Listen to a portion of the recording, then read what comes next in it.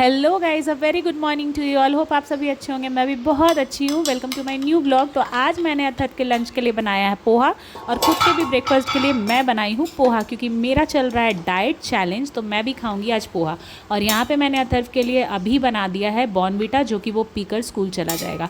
यहाँ पर मैं इसका लंच पैक कर रही थी, और इसे भी पोहा काफ़ी ज़्यादा पसंद है और मुझे भी। फिर हम लोग निकल गए सीधे अथर्व के बस स्टॉप के लिए, और यहाँ पे अथर्व बस स्टॉप में जाए जा रहा था, और इसे फिर याद आया अचानक कि अरे इसका तो कल बैट बस में ही छूट गया था। तो फिर ये वापस आया मेरे को बैट देने के लिए, और मैं बैट लेकर सीधे आ गई घर पे। और घर में सीधे मैंने पहले किया ब्रश, क्योंकि मुझे लग गई थी ज़ोरों की भूख, और पूजा पाठ कुछ नहीं सूझ रहा था। मैंने पहले ब्रश किया, और उसके बाद सिम्बा और स्विगी का खाना सबसे पहले बनने के लिए चढ़ाया। और यहाँ पे गेट में कोई आया था, जिसको देखकर सिम्बा भौंक भौंक के परेशान था।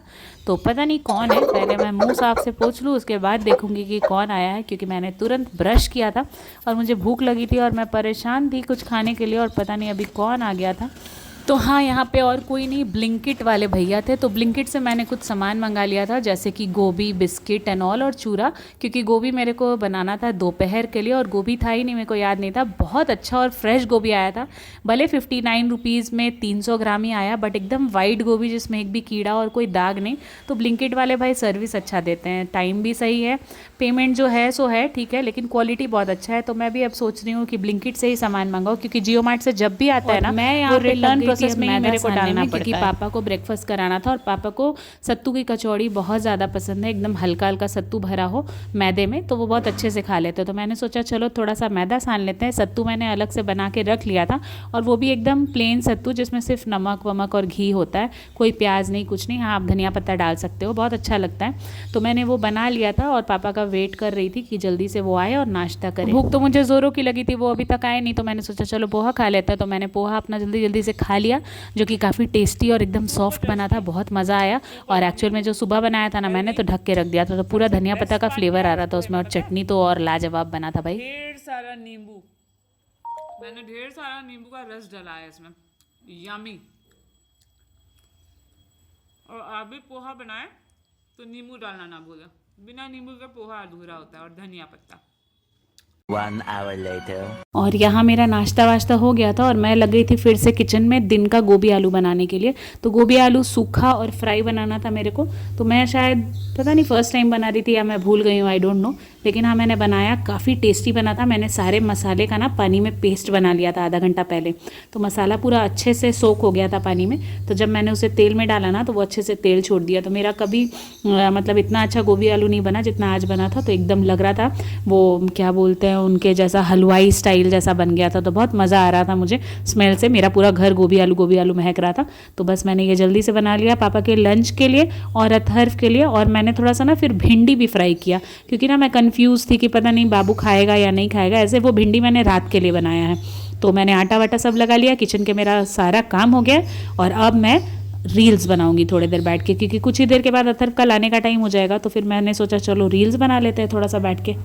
तो रील्स बनाने के पहले मैंने सारा बर्तन खाली किया, क्योंकि मुझे बर्तन वॉश करना था। एज़ यू नो कि आई डोंट हैव मेड, तो मैं सब कुछ खुद ही करती हूँ। तो मैंने सोचा कि चलो रील्स बनाने से पहले पूरा किचन क्लीन कर लेते हैं, उसके बाद एक ही बार बैठ के रील्स बनाएंगे, क्योंकि ये भी काम तो मेरे को ही करना पड़ता है, तो क्यों भाई छोड़ा जाए, चलो कर लेते हैं। तो मैं यहाँ पे सारा बर्तन खाली कर रही थी, सब्जी वब्जी सब खाली करके, और सारे को पानी लगाती, फिर थोड़ी देर के बाद जाके वॉश करती।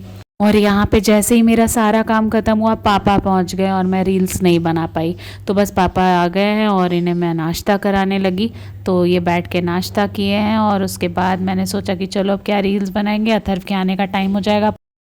और मेरे पापा ठहरे महान इंसान, इनके लिए कितना भी मेहनत करके कुछ भी अच्छा आइटम बना दो, पता नहीं क्यों खाना ही नहीं चाहते। खाने से दूर दूर तक इनका कोई रिश्ता नाता नहीं है।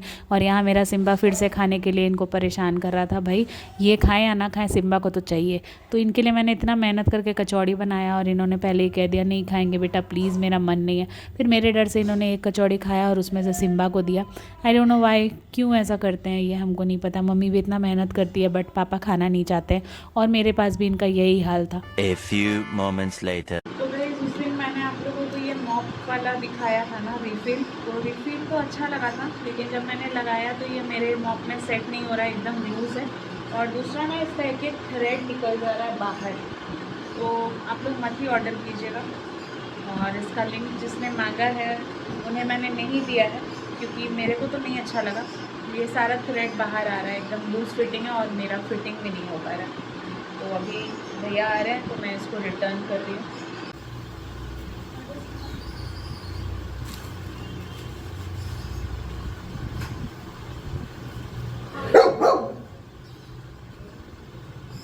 1 hour later.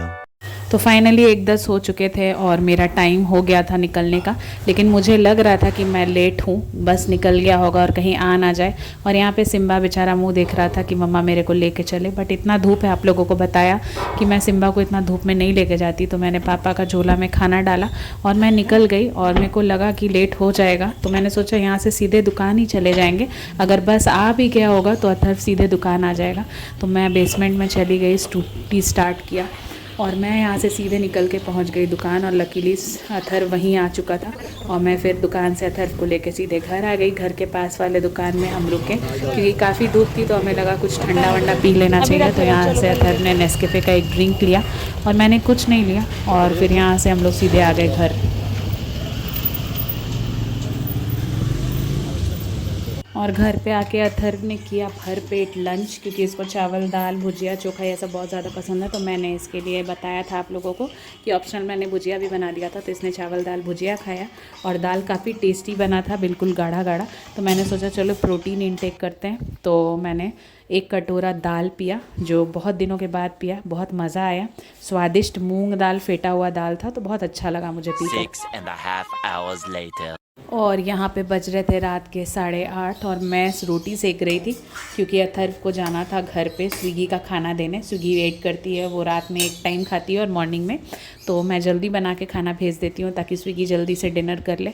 और फिर पापा और अथर्व साथ में रात में दुकान से आने के बाद सेम टाइम पे खाते हैं और फिर अथर्व उनको खाना खिला के मेरे पास आ जाता है। तो मैंने यहाँ पे अपना काम शुरू कर दिया था क्योंकि रोटी सेकने में टाइम लगता है और वहाँ स्विगी हल्ला करती है कि भाई जल्दी से खाना मिल जाए मुझे। तो मैं यहाँ पे खाना बनाती हूँ और फिर पैक करती हूँ, फिर अथर्व आके लेके जाता है। तो अथर्व अभी मम्मी के पास ही है, वो स्विगी का खाना लेके चला गया है क्योंकि लेट हो गई थी बहुत ज़्यादा, तो वो लेकर चला गया। यहाँ मेरा रेडी बन चुका था, पैकिंग भी हो गया था और अथर्व भी आ ही चुका था। तो बस इसको मैं जल्दी से पैक करके इन लोगों का खाना दे देती और फिर मेरा टाइम हो जाता, काम हो जाता, सब कुछ ख़त्म और मैं बनाऊँगी बैठ के रील्स। मेरा सारा काम कम्प्लीट हो गया। डिनर भी मैंने बना के अपने देखा, मैंने अथर्व को दे दिया है पापा और उसके लिए मैं नहीं खाई क्योंकि आज पता नहीं मेरा बिल्कुल तबीयत ठीक नहीं था।